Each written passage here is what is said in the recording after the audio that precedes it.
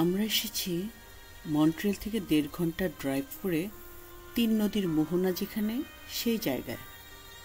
এই জায়গাটার নাম ট্রোয়া রিভার্স, ফ্রেঞ্চ নেম, যার অর্থ হলো 3টি নদী।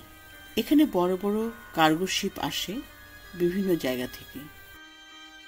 আর এই নদীর উপর হচ্ছে স্পিডবোট এবং সিডুর খেলা, এগুলো চলতেই থাকে। মানুষ বসে বসে এনজয় করে। এই জায়গাটিকে মানুষের উপভোগের জন্য চমৎকার করে বানিয়ে রাখা হয়েছে। সামারে উইকেন্ডে এখানে লোকাল শিল্পীদের কনসার্ট হয়। বড় বড় কার্গো শিপ দেখা যাচ্ছে। প্রচুর মানুষজন এসে এখানে জমায়েত হয়।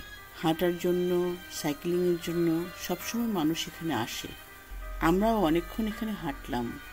পুরো পরিবেশটা অন্যরকম। এখানে নদীর ঠান্ডা বাতাসে ঘুম এসে যায়।